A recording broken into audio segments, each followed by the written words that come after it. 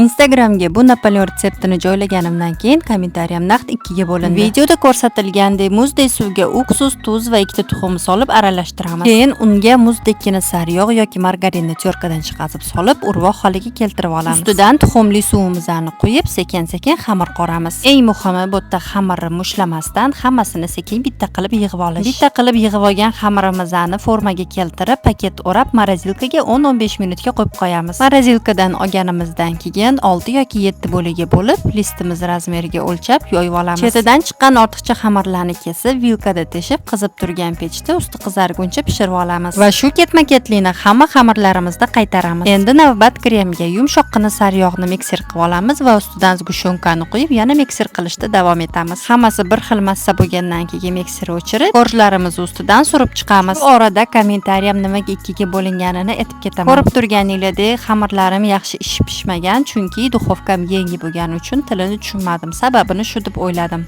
Va Instagramda kimdir maqtab chiroyli chiqibdi, zo'r chiqibdi deb yozsa, yana kimdir ustimdan kulib, har xil gaplar yozishibdi. Napoleonni birinchi marta pishirmayapman, lekin pechkam yangi bo'lgani uchunmi bilmadim, shunaqa ko'rinishda pishdi. Lekin mazasini men sizlarga 100% aytaman, og'zingizda eriydigan zo'r Napoleon bo'ladi. Sizlar ham albatta tayyorlab ko'ringlar.